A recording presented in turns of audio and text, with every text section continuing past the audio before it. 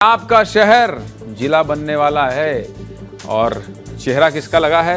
मध्य प्रदेश के मुख्यमंत्री डॉक्टर मोहन यादव का। और नक्शा और मैप भी आपको दिखाई दे रहा है मध्य प्रदेश का। पूरी खबर क्या है ये बता देता हूं। मध्य प्रदेश में रहते हैं तो जान लीजिए कि आपका शहर भी क्या जिला मुख्यालय से दूर है? आपका भी जिला मुख्यालय से दूर है, नहीं जा पाते, दिक्कत होती है तो परेशान मत होइए।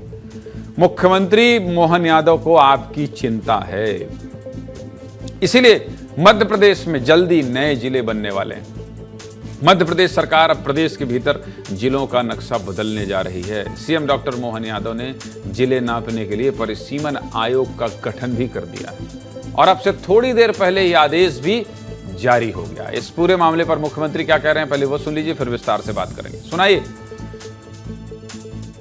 जब जिले तो बढ़ गए हैं लेकिन जिलों की अपनी अपनी सीमाएं कम ज़्यादा है या कई विसंगतिपूर्ण है, कई संभाग बड़े छोटे हो गए, ऐसे कई विसंगतिपूर्ण व्यवस्था के लिए हमने परिसीमन आयोग एक नया बनाया है। इस परिसीमन आयोग के माध्यम से नज़दीक के स्थान को नज़दीक के ज़िले से जुड़वा करके जनता की बेहतरी के लिए जो अच्छा हो सकता है वो जरूर करना है।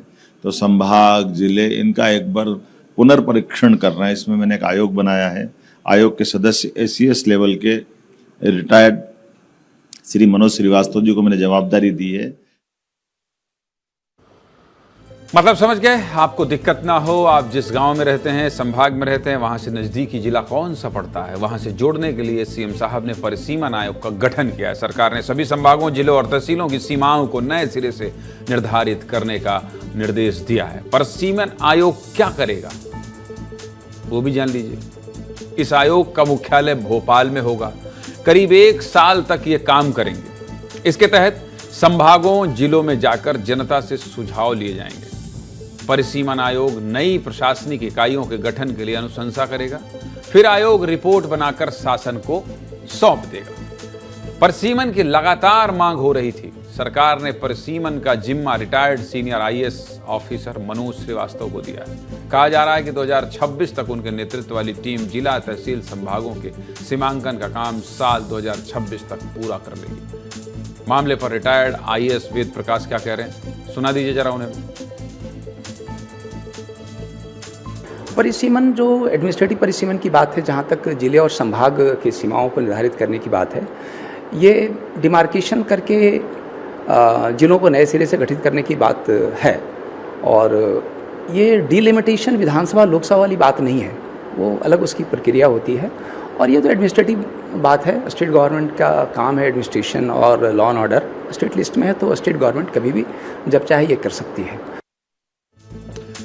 प्रदेश में जिलों की संख्या फिलहाल 55 है। जिला मुख्यालयों और सरकारी काम करने में लोगों को काफी दिक्कतों का सामना करना पड़ता था। यही वजह है कि सरकार जिलों की सीमा को नए सिरे से तैयार करने का फैसला किया है। सरकार ने पूरे मामले पर विपक्ष सरकार की मंशा पर शक करने लगा है, क्योंकि विपक्ष का काम ही है शक करना। आज तक किस विपक्ष ने कहा है कि बहुत अच्छा काम कर रही है सरकार? जीतू पटवारी ने सरकार पर हमला बोलते हुए कह दिया कि अगर परिसीमन सियासी हुआ तो जनता से न्याय नहीं होगा। सुना दीजिए जीतू पटवारी क्या कह रहे हैं, सुनाइए।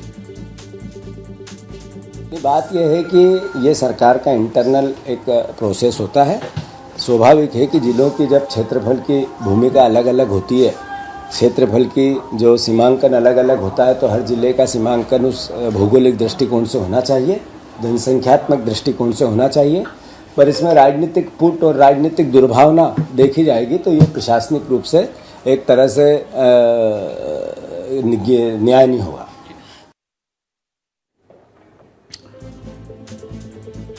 अब ये तो विपक्ष के नेता हैं, शक करेंगे, शक करना भी चाहिए। इस पर पूरा अपडेट हम अपने सहयोगी श्याम सिंह तोमर जी से ले लेते हैं। मंद मंद मुस्कुरा रहे हैं और विपक्ष के लोग हैं। श्याम जी, आप दुखी मत रहा करिए। मैं आपको जब स्क्रीन में ऐसे देखता हूं तो मैं दुखी हो जाता हूं।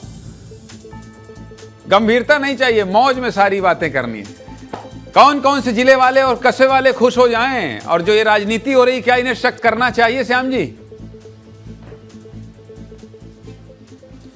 देखिए ज्ञानेंद्र जी, हम ये कहना चाह रहे हैं कि मध्य प्रदेश के लिए वाकई बड़ी पहल है और एक तरह से ऐतिहासिक पहल है। ऐतिहासिक पहल इसलिए है कि अगर मैं आपको उदाहरण देना चाहूँ तो देवास को ले सकते हैं उदाहरण के तौर पर। देवास का जो खाते गांव है जिला मुख्यालय से 100 किलोमीटर दूर पर है। ऐसे में लोग परेशान होते हैं। ऐसे कई जिले हैं और कई जो है ऐसे संभाग भी हैं जो बहुत छोटे हैं, 3-4 जिलों से ही बना दिए गए। तो कहीं ना कहीं परिसीमन की जरूरत थी, उनको रिस्ट्रक्चर्ड करने की जरूरत थी ताकि लोग परेशान ना हो। तो ये बड़ी पहल जनता के लिए है। दूसरी बड़ी बात यह है कि प्रशासनिक सुधार भी होना चाहिए। प्रशासनिक सुधार के लिए अगर कलेक्टर जिला मुख्यालय पर ही बैठा रहेगा तो बाकी जो तहसीलें हैं वहाँ क्या करेगा, वहाँ कैसे व्यवस्था संभालेगा, इसलिए भी रिस्ट्रक्चर जरूरी है।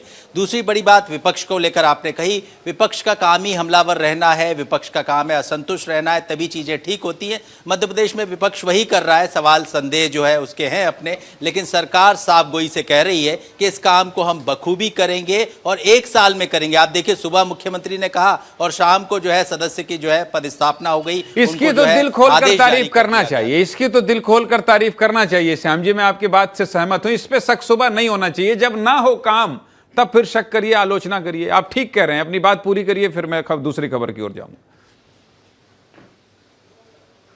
बिल्कुल, मैं यही कहना चाहता हूं कि विपक्ष को अच्छे कामों में साथ भी खड़े होना चाहिए और सवाल संदेह दूर कर देना चाहिए, क्योंकि जनता की बात है ज्ञानेश जी। जनता को अगर सुविधा मिलती है तो विपक्ष को साथ होना ही चाहिए। क्या बात है, अच्छा क्लोज किया आपने कि जनहित का मामला है। बहुत शुक्रिया आपका, बहुत शुक्रिया आपका। जनहित का मामला है और जहां जन का हित हो उसे देख लेना चाहिए।